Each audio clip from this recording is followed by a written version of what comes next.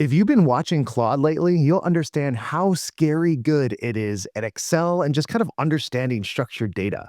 Being able to do things like multi-sheet reasoning, correlations, building insights, and just creating some really awesome stuff. What most people don't realize, though, is you already have Claude inside of your Microsoft 365 Copilot license. Let me show you how we use Copilot in Excel with agent mode to just build some really cool stuff with natural language and how easy it is to do it. So what we're going to do here is we're going to go from this to this.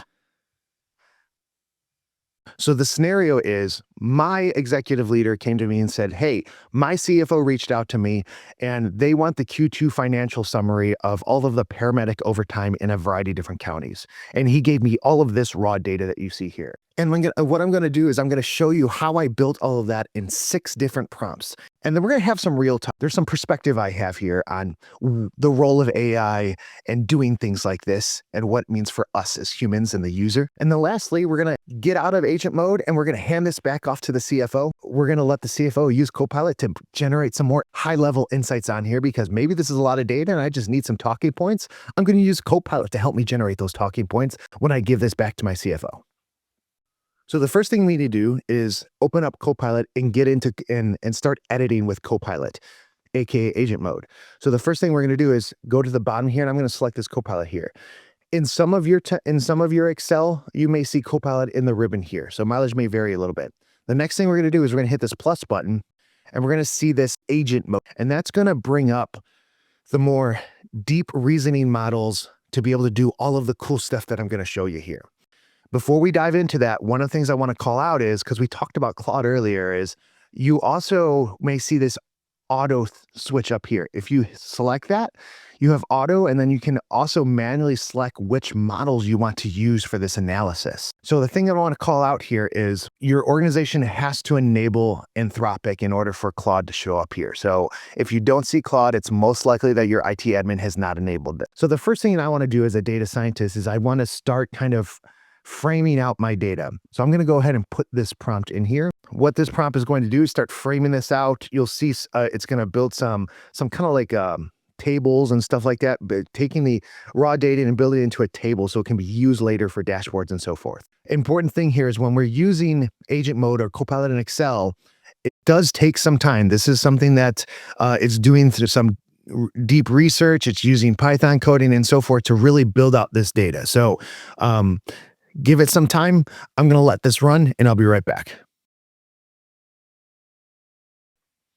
All right, so that's completed. It reasoned it in 8 steps here, and I can see everything that it did. I'm just going to hit done to accept these changes here.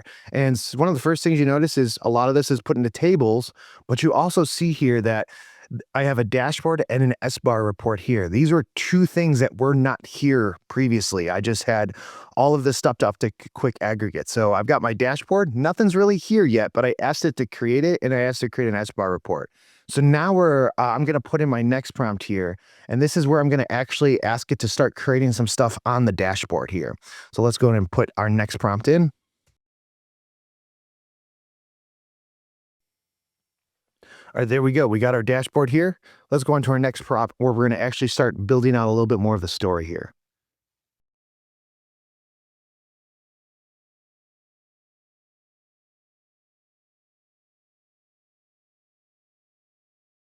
Look how awesome this is. So we originally had this up here, and now I asked it to kind of tell me the story, specifically calling out overtime in May, and it built all of this cool stuff out.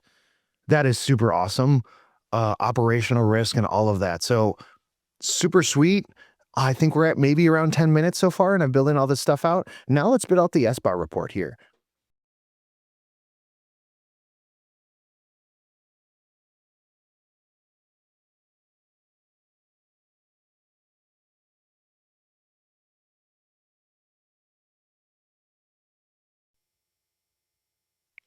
There, done. And this is super cool. This is completed in 15 steps. And as I was actually monitoring a lot of the steps, and one of the things I noticed is it was noticing its own errors and fixing them in real time. And you kind of saw it was building stuff. And then, one of the things it did is we had a section over here and then it built it into the overtime section. So it was just doing all of this logic thinking for us, and look at how awesome all of this stuff is built out. I want to do two more prompts for us here. So this next one is we're going to create a VP brief that we're going to attach to the actual dashboard one. So this is going to be some speaking points boxes for our CFO. So going back to our dashboards, let's see this in action.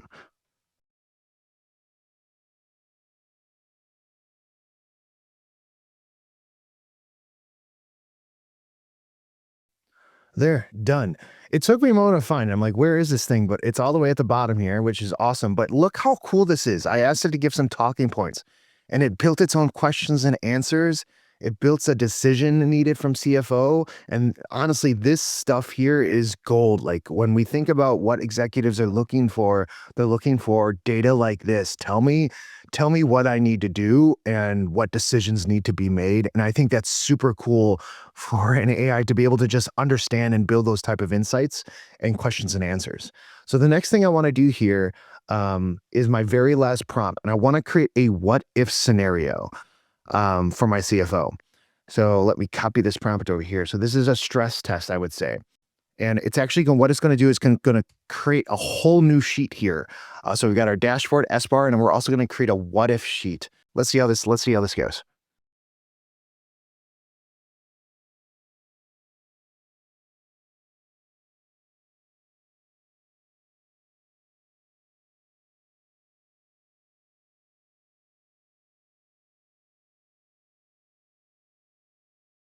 And voila, there, we're done. Now we've got this awesome what if scenario dashboard sheet here.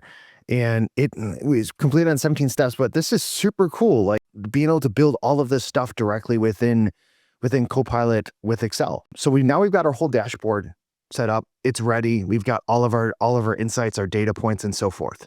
So now I want to have a real talk because I think one of the things that I've noticed in the industry lately is all of this really cool AI stuff. And is it going to take our jobs? Is it going to and all this other stuff? And the thing that I really take away from this is, in this instance, this was handed over in this scenario. This was handed over to a research assistant or a data scientist to pull all this out. And I think what I learned from this is this doesn't degrade the role of a data scientist, because the role that AI plays is AI is good at understanding information, updating information, generating insights. Humans are really good at understanding context and kind of knowing when something's off. And for a data scientist, they are trained to do this type of work. They are trained to understand data, know how to manipulate data, how to um, create images and context out of data. And what we did here is, as a data scientist or research assistant, I knew what type of information I wanted for my CFO. So I knew what to ask the AI. So I didn't degrade a data scientist role. What I did is I allowed them to use natural language to work with an AI to create this essentially faster, do everything that, a data scientist could have got to this endpoint here, maybe in a little different manner, but it could have taken, I think this all together probably took about 30, maybe a little over 30 minutes. That could take hours for them to go through all these formulas, create those formulas and so forth. So we're not degrading what a user does. We're just letting the AI assistant be an assistant for them, where they're good at understanding data and updating and creating this content. We are good at adding the context. We are trained to say, this is what I want out of the data. Go get it. Kind of like that Lycos go get it type. Oh man, I'm dating myself there, but we're good at, we can work with an AI as an assistant in that way, to be able to be that more efficient at our job. And like I said, I think the key takeaway here is AI is good at doing this kind of thing, understanding structured data, generating insights out of it. We as humans are good at context and knowing when something's off. So I've created this all as a data scientist. Now I can go through this and review it, and I know like this seems off. So now I can then, if something is off in here, I can work with AI to try to correct it or something like that. But now we've created all the content. Now we can kind of review it, make sure that it is overall accurate. And as a data scientist, I'm trained to be able to understand and pull and know when something feels off in this data side of here. So just kind of some real talk. I think when we look at AI, I think its role is to be an assistant, to be able to do some of that busy work for us and let us do what we're paid to do as human is the thinking part, the knowing when something's off, the putting the content in there, knowing the judgment of something. So I think that's where I really view AI and where all of these cool agents and all of this stuff is here. This is what it does for it. It makes me that more efficient in what I do, and lets me do the thinking and the judgment and the context around things. All right, we've got these insights. I'm going to go ahead and I'm going to set up a new chat. So now we've given this back to my executive. I'm going to turn off agent mode because I don't want to use agent mode for this. What I want to do is maybe this is all really good data and I love these little talking points here, but there's still a little bit too much in here for me to really understand. So this is where I think it's so awesome using Copilot because we can use Copilot to build all of this cool stuff. And we can also use it as a broad tool to understand things. The thing that I want to take away is you look at Copilot as a delegation tool. And what I mean by that is look at it as a tool that helps us gain insights, understand data, and make decisions faster. So if I'm going to bring this to my CFO, I want to give him some talking points. So I'm in Copilot here. I'm just going to say, give me a summarize in a paragraph, but more importantly, give me 3 bullets the CFO would care about. And so I'm not using Copilot in Excel agent mode here. I'm just using broad Copilot here to kind of understand this workbook as a whole. I don't need to create any new content, but I want the insights to bring to my CFO. So we can do that and it's super cool. So right here, it's doing some scripting and so forth, but it's going to give us in a moment, it's going to give us some of those talking points here. So here it is. Awesome. Over 2,000 overtime hours. And here's my three bullet points for my CFO. So this is where we can just use natural language to just ask more questions around the data to gain the insights that we want. So we have an understanding in our brain what we want to understand of this data. Just put those thoughts into Copilot and let it get those insights out for you. So there you go. This is how we went from raw data to some really awesome insights to using Copilot as a tool to gain more broader insights on top of that, on top of what we already built. So I hope that was helpful. Go have some fun. I'll talk to you.